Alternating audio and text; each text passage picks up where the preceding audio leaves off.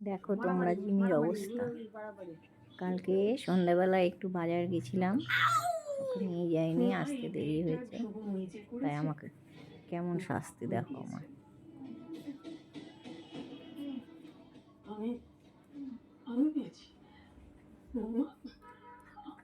আদর করাই শেষ হচ্ছে না, তা আদর করছে না শাস্তি হচ্ছে আমার কি জানে।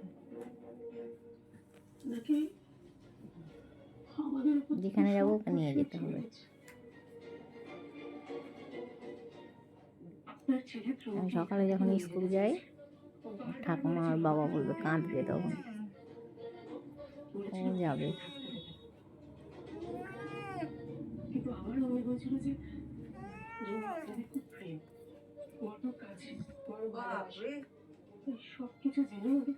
খুব ভালোবাসে আমাকে।